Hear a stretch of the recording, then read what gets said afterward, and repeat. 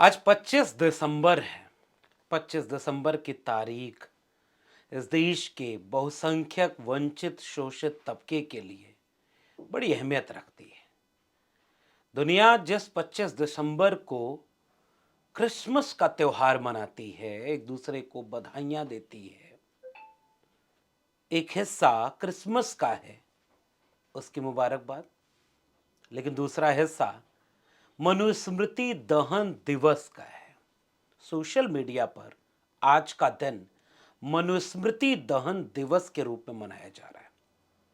इस देश में जिन लोगों को वर्ण व्यवस्था में शूद्र कहा गया, जो वर्ण व्यवस्था से अछूत यानी तिरस्कृत थे, या आधी आबादी यानी महिलाएं, वो इस मनुस्मृति को तिरस्कृत करने के लिए आज के दिन को याद करते हैं। क्योंकि आज के दिन, आज से तकरीबन 100 साल पहले 1927 में बाबा साहब डॉक्टर भीमराव अंबेडकर ने मनुस्मृति को जलाया था अपने दो दोस्तों के साथ। और 25 दिसंबर को देश का वंचित शोषित बहुजन समाज फिर से यह ऐलान करता है, यह घोषणा करता है कि यह देश किसी भी ऐसे ग्रंथ से नहीं चलेगा जिसमें इस देश की बहुसंख्यक आबादी के लिए हिकारत भरी हो, तिरस्कार भरा हो, अपमान भरा हो और अमानवीय आधार पर वो इंसान को इंसान से बांटता हो। मनुस्मृति पर आप अगर पढ़ना चाहें तो दर्जनों लेख, जैसे आप स्क्रीन पर देख रहे होंगे, इन्हें जाकर पढ़ सकते हैं। मैं चाहता तो कई घंटों की मेहनत के बाद मनुस्मृति के एक एक श्लोक से आपको परिचित कराता कि क्यों मनुस्मृति को आपको भी तिरस्कृत करना चाहिए। मगर आप इन लेखों में आप उन उद्धरणों को पढ़ सकते हैं। महिलाओं के लिए किस अध्याय के किस श्लोक में क्या कहा गया है, कब महिलाओं को पति का गुलाम बनाया गया, कब पुत्र और पिता का गुलाम, कब पति की सेवा करना, कब महिलाएं कौन सा काम नहीं कर सकती हैं, पति कैसा भी हो उसकी सेवा करना है। लेकिन महिला और पुरुष के नाम पर गैर बराबरी और अमानवीय विभाजन करने वाली किताब का नाम है मनुस्मृति। वैसे ही इस देश में ब्राह्मणों को श्रेष्ठ कैसे बताया जाए, श्राद्ध कर्म का एक चैप्टर मैं आज सुबह ही देख रहा था।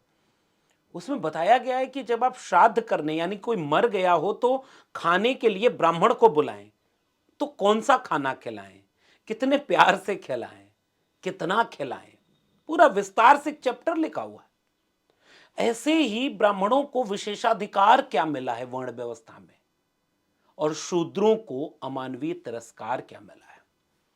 विस्तार से वर्ण मनुस्मृति इसके सिलसिलेवार ब्यौरे का नाम है। मनुस्मृति आज से 1.5-2 हजार साल पहले की एक रचना, जिसकी कोशिश थी कि समाज ऐसा चले।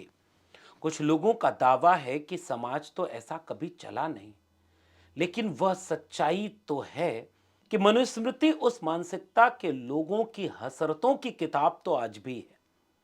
ये वही किताब है जिसके लिए जब संविधान बना तो आरएसएस ने कहा कि इसमें तो मनुस्मृति से कुछ लिया ही नहीं गया, भारत का संविधान तो विदेशी है। और उसके बाद से लेकर 75 साल हो गए, दक्षिणपंथी आरएसएस और बीजेपी, उनके दिल में मनुस्मृति आज भी दर्ज है। वो येन केन प्रकारेण किसी और रूप में उसी मनुस्मृति के विभाजन को, तिरस्कार को, हिकारत को अपने दिल में रखे हुए हैं। इसीलिए वो अक्सर संविधान विरोधी साबित हो जाते हैं। कुछ विद्वान कहते हैं कि बाबा साहब doctor Ambedkar Hindu code bill को बनाने के समय मनुस्मृति की तारीफ तो करते हैं, लेकिन बाबा साहब अंबेडकर ने कभी क्या मनुस्मृति जलाने पर माफी मांगी? क्या उन्होंने कहा कि मुझसे गलती हो गई, मनुस्मृति में तो कुछ अच्छी चीजें भी हैं? बाबा साहब अंबेडकर ने एक एक धर्म ग्रंथ का जवाब लिखकर दिया, एक एक तर्क का जवाब लिखकर किताबों में और बोलकर दिया। अपने जीवन काल में बाबा साहब अंबेडकर ने केवल एक किताब को चुना जलाने के लिए, तो इसके पीछे की वजह भी आप समझ सकते हैं कि वो अपने समाज को क्या पैगाम देना चाहते हैं। और आज कौन लोग हैं जो मनुस्मृति के पक्ष में खड़े हैं? एक जाति जनगणना क्यों न इसकी हो जाए, जिसे मनुस्मृति ने विशेषाधिकार दिया, वही आज भी उसके पक्ष में ट्विटर पर ट्रेंड चला रहे हैं मनुस्मृति के समर्थन में। वे सारे लोग आरएसएस और बीजेपी के पैरोकार हैं।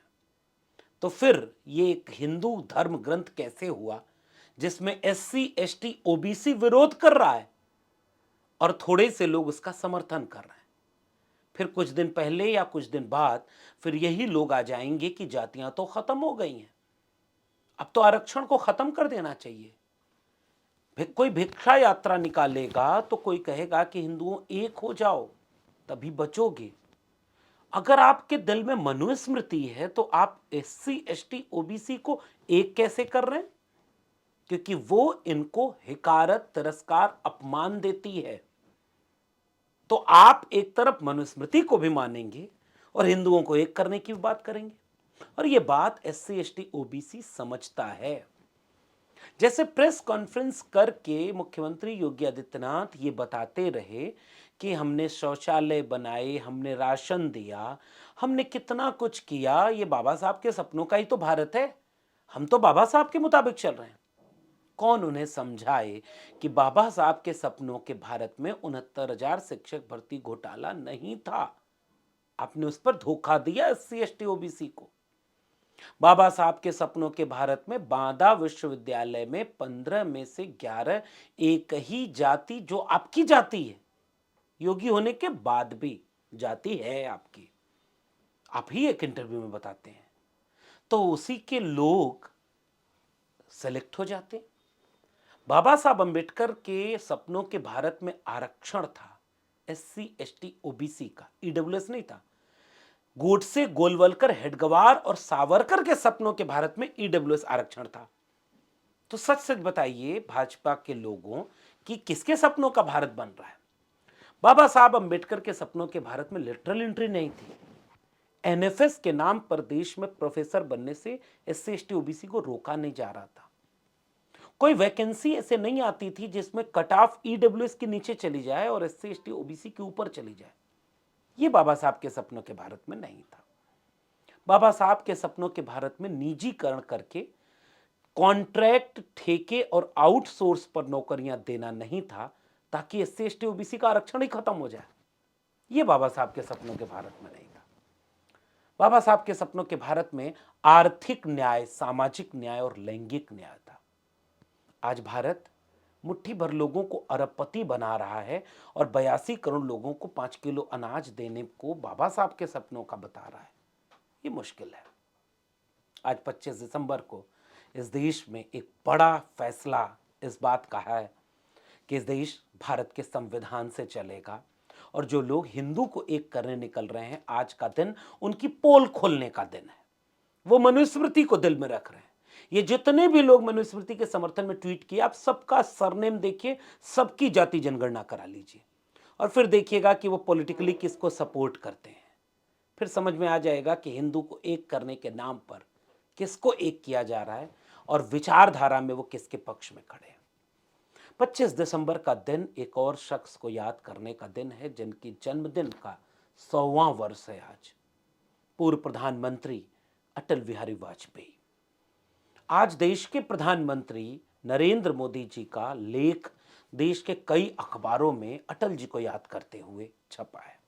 बहुत सारी अच्छी अच्छी चीज़ों को उन्होंने याद किया है, उन मूल्यों, उन भाषणों, उन वाक्यों को याद किया जो शायद आज खुद प्रधानमंत्री जी नहीं अपने जीवन में उतार रहे। लेकिन अच्छा है, अटल बिहारी वाजपेयी को वो याद कर रहे हैं, जिनका एक वाक्य उनके लेख में हर जगह छपा है। पार्टियां बनेंगी, बिगड़ेंगी, चुनाव आएंगे जाएंगे, मगर ये देश रहना चाहिए। और ये बात कौन याद कर रहा है? देश के मौजूदा प्रधानमंत्री नरेंद्र मोदी जी, जो देश में वन नेशन वन इलेक्शन ला रहे हैं, जो देश में ईवीएम के नाम पर चुनाव करा रहे हैं, जिस पे लोगों का भरोसा डिग गया है। चुनाव आयोग को इतना कमजोर कर चुके हैं कि अब लोग चुनाव आयोग पर केवल चुटकुले सुनते और सुनाते हैं, कार्रवाइयां नहीं होती। पिछले दिनों बीजू जनता दल, कांग्रेस पार्टी, समाजवादी पार्टी चुनाव आयोग गई शिकायत करने, महाराष्ट्र से शिकायत हुई, आज तक एक भी कार्रवाई चुनाव आयोग की तरफ से नहीं हो पाई जो सुर्खियां बन सके। अटल बिहारी वाजपेयी को याद करते हुए प्रधानमंत्री नरेंद्र मोदी अपनी विचारधारा के उस शख्स को याद कर रहे हैं जिन्होंने पाकिस्तान के खिलाफ भी कविताएं लिखी।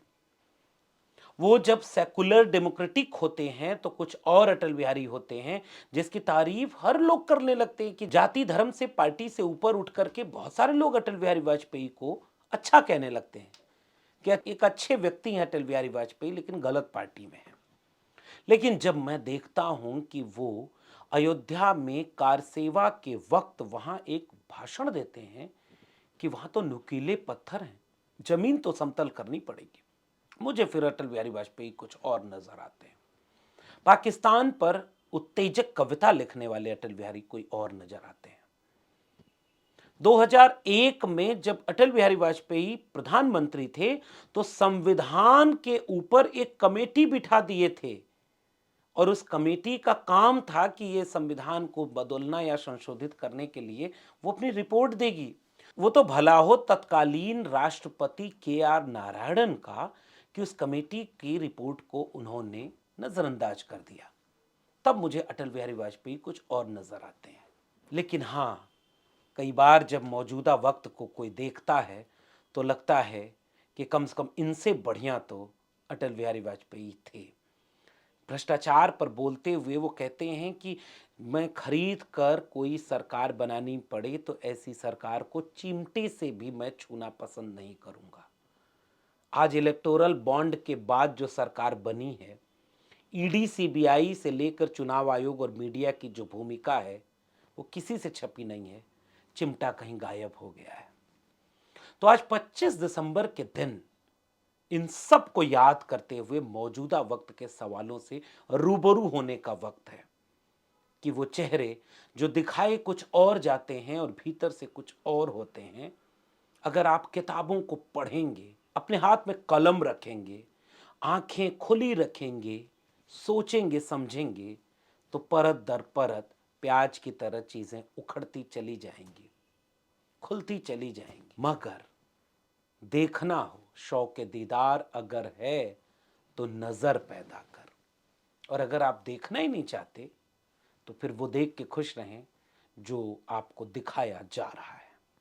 मनुस्मृति दहन दिवस, अटल बिहारी वाजपेयी की 100वीं जयंती और क्रिसमस 25 दिसंबर। शुक्रिया।